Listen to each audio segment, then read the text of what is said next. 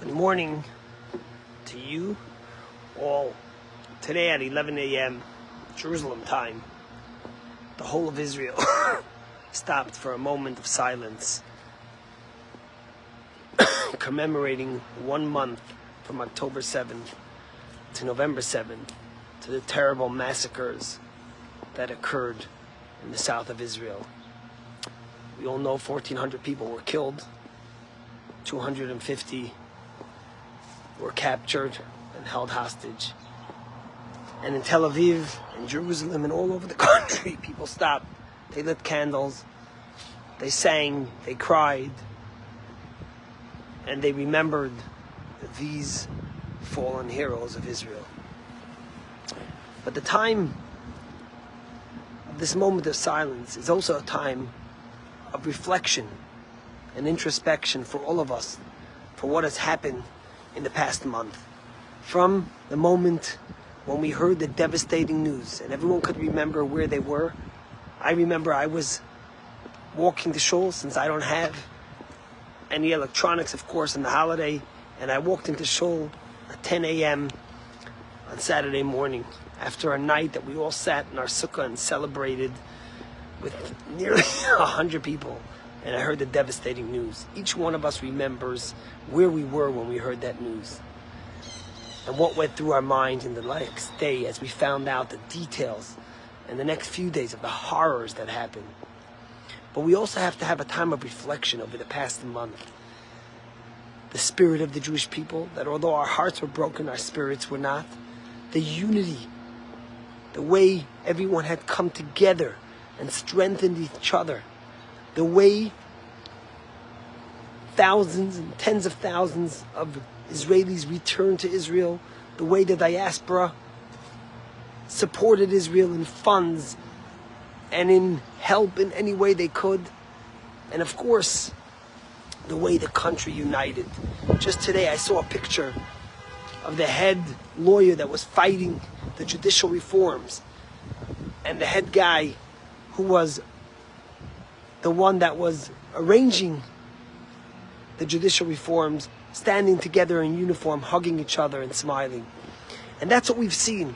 We've seen people of different ideologies that unfortunately were split and fractured in the community unite together. We've seen that although there was a tragedy and we lost so many souls that we'll never forget, we united and we strengthened ourselves. In fact, just this month of October in Shari Tzedek Hospital, they broke a record of the amount of babies that were born, 1,823. And one of the reasons is because many from the north and the south came to Jerusalem for protection, and they had their babies there. But the message it sends is 18 is Chai, and 23 is the year that we're in now. We live in 23. We are united. We are committed to be stronger, to be together. And it connects to our Torah portion, because this week's Torah portion is Chaye Sarah. Chai, again, the life of Sarah. And the Rebbe, in one of his talks, asks the question, how could we call it the life of Sarah when the first thing we read in this week's Torah portion is about Sarah's death and the subsequent burial of her in the cave of Machpelah, the tomb of Machpelah in Hebron? So why does it speak about her life? And the Rebbe reminds us that there's two lives we have. There's the physical life, the body, and then there's the spiritual life, the values we hold dear, the things we want to accomplish, the morals we have, the ideas we bring to the world. And those things are way beyond just the physical life.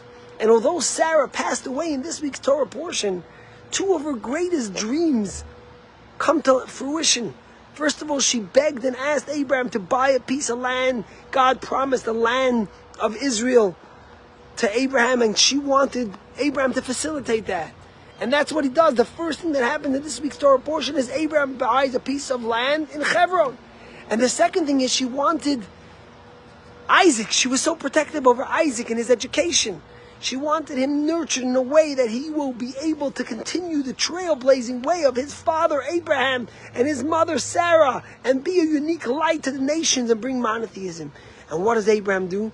He goes and he finds a wife for Isaac, and a wife specifically that Sarah requested from where she came, where the kindness and the values were there. Says the Rebbe, that's why it's called Chaye Sarah, because although Sarah ceases to live physically, Sarah continues to live in her will, in her spirit, in her ideas, and in what she represented. And the same thing is true now. It's a month since October 7th, and we lost so many lives. And for those families, they'll never be the same. For the children, for the orphans, and for the hostages still there.